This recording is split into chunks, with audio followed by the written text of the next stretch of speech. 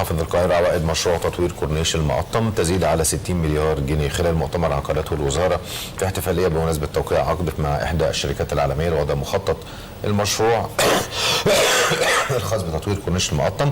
أكد اللواء خالد عبد العال محافظ القاهرة أن مشروع تطوير كورنيش المقطم سيقام على مساحة 2 مليون متر في موقع متميز وفريد يطل على أهرامات الجيزة وقلعة صلاح الدين والقاهرة الفاطمية ومتحف الحضارات بتكلفة تبلغ حوالي 32 مليار جنيه بدخان مستثمر بإجمالي عوائد تزيد عن 60 مليار جنيه.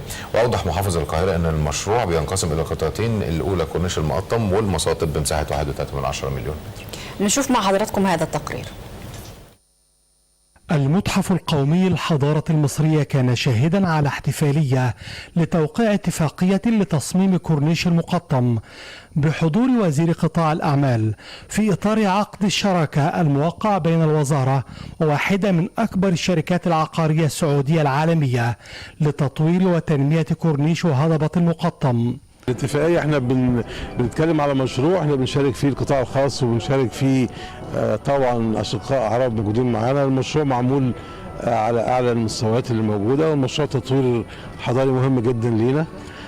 في عوائد استثمارات كبيره وفي اكثر من 30 مليار استثمارات. يمكن الناس اوريدي هم صارفين مبلغ كبير عشان يعملوا الدراسات البيئيه والدراسه الاوليه للمشروع.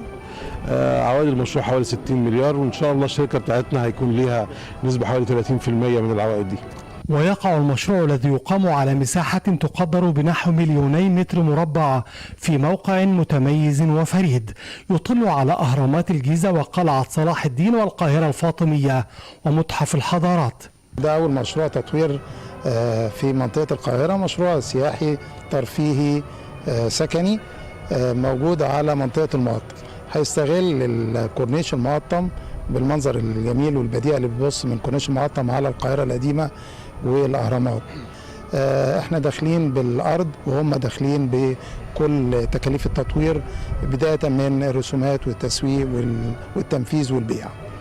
والله بما ان مصر فيها امن وامان وخاصه في الاستثمار لكل دول العالم، احنا تشجعنا ودخلنا هنا هو كمنطقه واعده وهي كورنيش المقطم القديم، ان احنا نعمله بموديل حضاري جديد فيها فرصه استثماريه واعده، وده ظاهر لنا تماما من اول يوم من المكان الموجود. وكمان لتطوير القاهره اللي حاصل حاليا احنا بنواجهه دايما ان المدن بتجدد نفسها.